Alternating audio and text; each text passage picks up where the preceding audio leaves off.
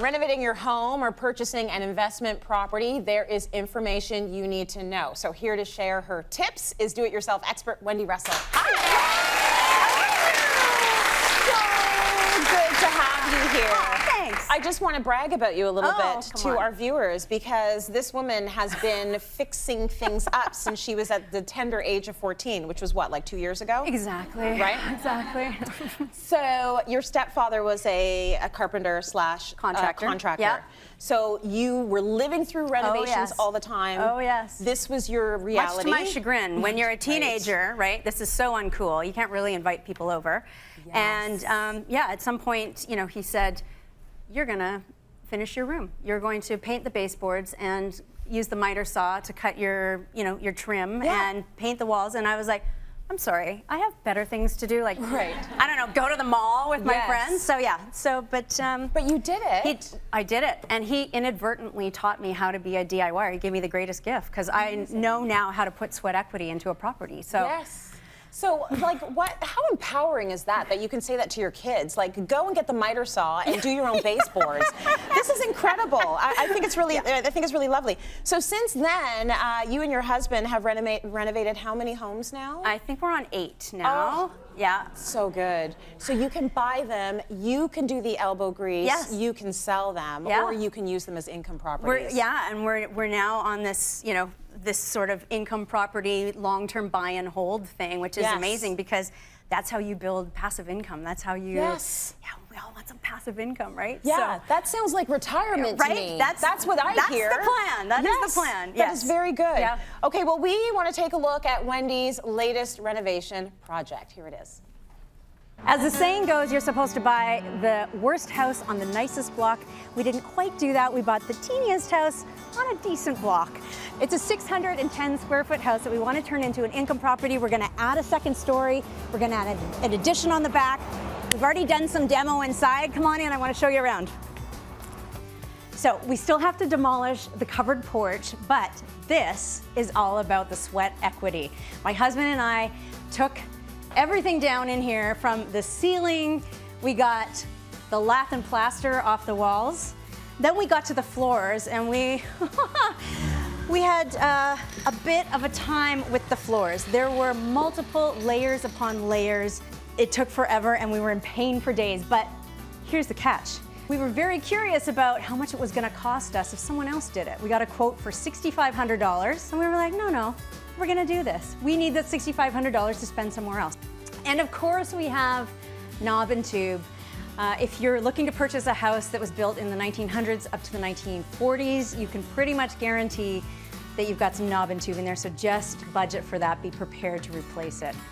And let's talk about the elephant in my room. Yes, this lovely chimney with 50,000 layers of wallpaper and what have you. We got a quote to remove this, $4,300 just to remove the chimney.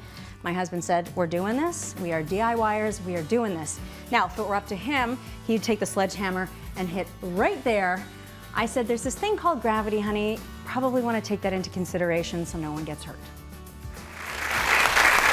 People need to know what is involved, and there are so many little things that you need to be thinking about when you want to purchase an income property. Your first tip is you got to start at City Hall. You got to start at City Hall. I mean, how many people actually think I got to go to City Hall when I'm buying a house, right? Very few of us.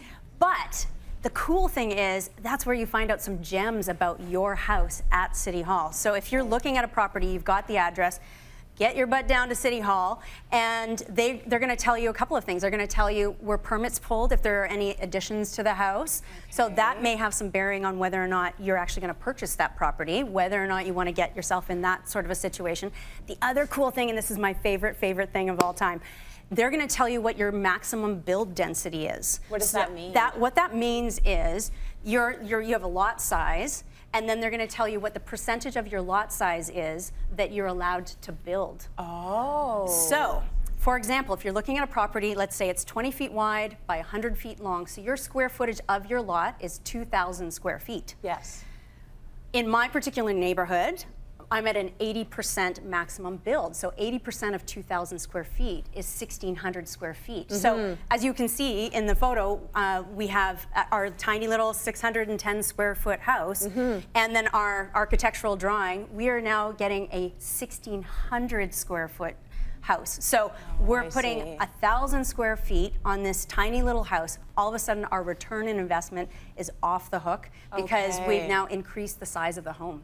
Okay, and you need to go to City Hall to figure out how much home you can have. Totally. Now, depending on what city or town you live in, your city actually may have that information online too. So you can sort of dig around and look, and there are options where cities that you can put in your address, and it will tell you. In fact, you can do that with your homes now. So, you can check out your address and see if there's any room to build, because maybe you're at a point now where you just want to purchase a home for yourself and live in it as it is, but down the road, you know that you can, throw another 1,000 square feet on that house. You can add on to it. All of a sudden, your return investment's amazing. Will City Hall also tell you, like, where the line demarcation, like where the neighbors should be versus where you should be, like where the fence needs to go? That's an interesting question. You'd think they would. You'd really think they would. But in particular, each city, again, is going to be different.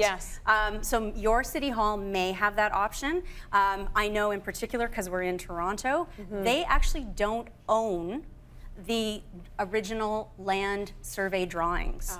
So you have to go and track down the original land survey company. Right? It's amazing. From 1901. 1933 was mine. So you have to track them down, and then you actually have to pay for that information. That's interesting. It's not cheap, but usually the city won't have it, but depending on your city or town, ask them first, because they may give it to you for free. Yes, so you don't have to pay for it. Yes. Okay, who knows what the rules are? The point is, you got to go check at your City Hall. Totally.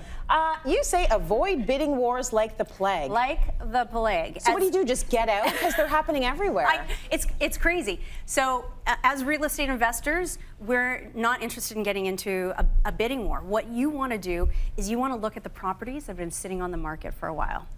If you see in the listing that it says, but we're going to take offers on this particular date. No. Run, don't walk. Okay. Because they want to get over the asking price. So what you want to do is find something that's been on the market for a while, and then you may have some wiggle room, some negotiating room. You may be looking at a distressed property with a very motivated seller who's like, I just want to get rid of this house. Our particular house was sitting on the market for a number of months, and we were able to get it at almost 20% under asking, which is crazy, crazy, amazing deal. How long is a long time on the market in this red hot real estate market?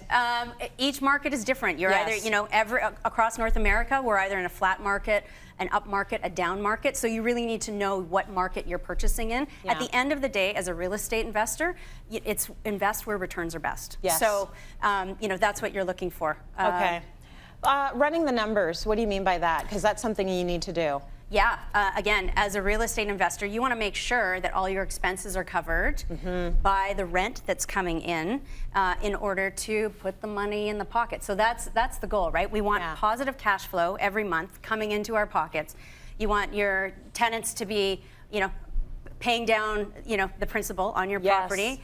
Building some equity in your property, money in your pockets. It's a passive income thing again. So running the numbers, for example, let's say you're looking at a property, the mortgage is going to be $2,000 a month. And you're like, you know what, in this neighborhood, I can actually collect $2,000 a month in rent. And you're like, cool, done, I'm covered. Not quite, because there are so many more things that we need to take into consideration in terms of the math. There's definitely math that has to happen here. So not only do we have our mortgage, but we've got insurance, we've got our utilities, we've got our property taxes. We also calculate for vacancies. We calculate for, we actually calculate for tenant gifts as well, because you might want to give, a little gift to your tenant when they move in. Give them a bottle of wine. Wow, their socks off.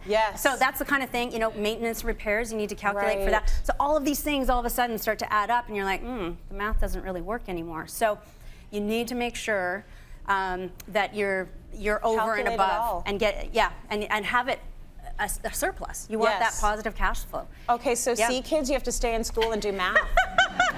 Or marry an accountant like I did. Or you marry an accountant like she did.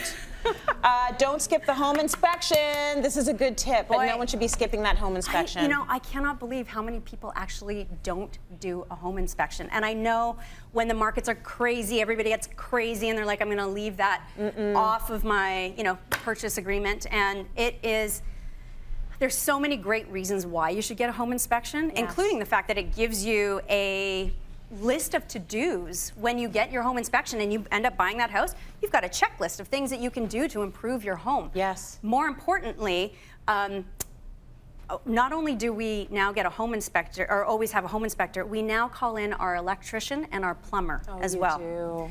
Yes, and this has made all the difference in the world. It's going to be extra money, but at the end of the day, it's so worth it. Last tip, consider being your own project manager. So do you have the time to be your own project manager? Like, are you on the site? That is the thing. So if you have the time and the energy and the interest to do it, I say do it. I'm half Scottish, so I'm really cheap, and I'm an amazing, I'm an amazing negotiator. So, so if you can bargain, like you get in there and you're gonna negotiate with all your trades. Do it. Put the time in. Put the sweat equity in. Do the demo yourself. Your ROI is going to be amazing. I love it. You got to have a bargainer in your life. I'm too embarrassed, but my husband, he's cheap like you. Oh, nice. He'll do it. He doesn't care. Thank you for the tips. They're so good. My pleasure.